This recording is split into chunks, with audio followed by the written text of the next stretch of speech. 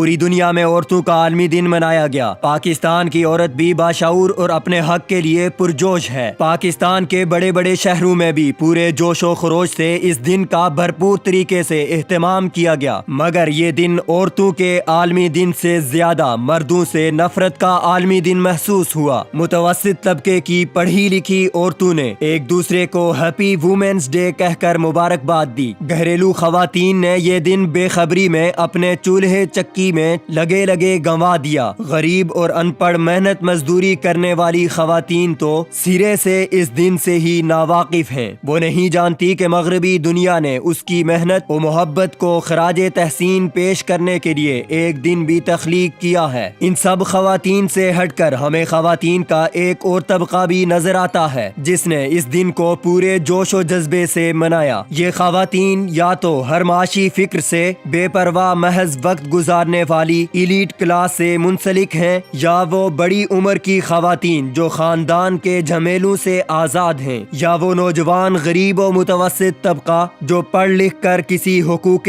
آزادی نسواں کی تنظیم کے ہتھے چڑھ گیا ہے۔ یہ ہمارے معاشرے کی وہ آزاد پسند صنف نازک ہیں جو خود کو صنف نازک کہلانے سے نفرت کرتی ہیں۔ یہ اپنی روایات و اقدار کو فراموش کر کے ایک نئی دنیا کی تلاش میں نکلی ہیں۔ مغربی خواتین کی آزادی سے متاثر یہ خواتین اس بات سے بے خبر ہیں کہ جس راستے کی تلاش میں وہ نکلی ہیں اس کی منزل اولڈ ہوم تک جاتی ہے۔ پہلا بنیادی سوال یہ ہے کہ جن عورتوں نے آزادی کے لیے عورت مارچ کیا، اپنے حقوق کے لیے پلے کارڈ اٹھا کر دھرنا دیا، اسٹیج پر کھڑے ہو کر تقاریر کی، نعرے بازی کی، مردوں کو اپنے حقوق کا غاصب قرار دیا، احتجاجاً ہر اس کام کی نفی کی جو عورت کو اس کی معراج تک لے جاتا ہے۔ ان خواتین کے یہ سارے اقدامات کرنا ہی اس بات کا ثبوت ہے کہ وہ آزاد ہیں اپنی بات کہنے کے لیے، وہ آزاد ہیں سوچ میں، فکر میں، آواز میں۔ اب کون سی آزادی ہے جس کی وہ طلبگار ہیں؟ آزادی مگر کس سے؟ روایات سے، معاشرتی اقدار سے،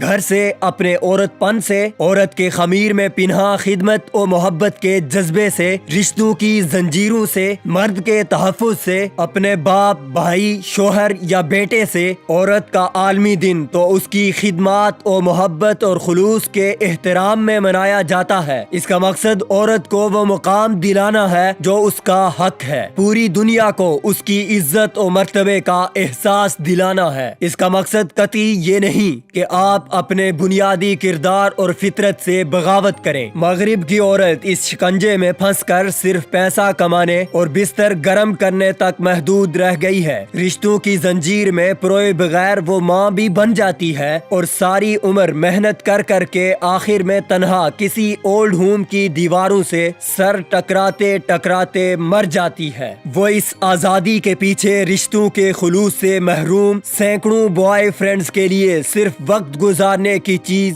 جسے باہمی معاہدے کے تحت جب تک چاہے استعمال کیا جائے، سامراجی نظام کا ایک مہرہ جسے برابری کے دل فریب جال میں پھنسا کر نسوانیت سے دور کر دیا گیا ہے۔ وہ کیا جانے خوبصورت رشتوں کے وہ جال جو ہمارے معاشرے کا سب سے خوبصورت پہلو ہیں۔ آج کی عورت جسے غلامی کہتی ہے وہ تو تحفظ کی دیوار ہے جو رشتوں اور تعلق کی آڑ میں کھڑی ہے۔ جسے وہ جسم کی آزادی کہتی ہے وہ تو حیا اور شرم کی لاش پر ایستادہ صرف وقتی لذت ہے۔ جسے وہ سوچ کی آزادی کہتی ہے وہ عورت پن سے بغاوت ہے۔ حقوق کی بات کریں مگر اپنے عورت پن کو داؤ پر لگا کر نہیں، مرد کو اس کے فرائض کا احساس دلائیں مگر اس کو حقیر بنا کر نہیں۔ حقوق و فرائض کی جنگ میں اپنے معاشرتی اقدار کو فراموش نہ کریں۔ آپ کا محافظ آپ کا باپ ہے، آپ کا بھائی ہے، آپ کا شوہر ہے اور آپ کا بیٹا ہے جو آپ کے لیے سینہ سپر ہے۔ ان خوبصورت رشتوں سے نفرت سکھا کر فطرت اور اپنی بنیاد سے بغاوت نہ کریں۔ عورت تو محبت و خدمت کا خمیر لے کر پیدا ہوئی ہے، اس کی بقا اور حسن اسی میں ہے۔ ایک دوسرے کا احساس اور باہمی معاونت ختم ہو جائے تو باقی کیا بچتا ہے؟ محض آزادی نسواں کا کھوکھلا نعرہ جس کا پرچار ہمارے ہاں 8 مارچ کو ہاتھوں میں پلے کارڈ کی صورت میں نظر آیا، اور یہ نعرہ بھی اصل معنوں میں عمر کی آخری حد پر عیاں ہوگا۔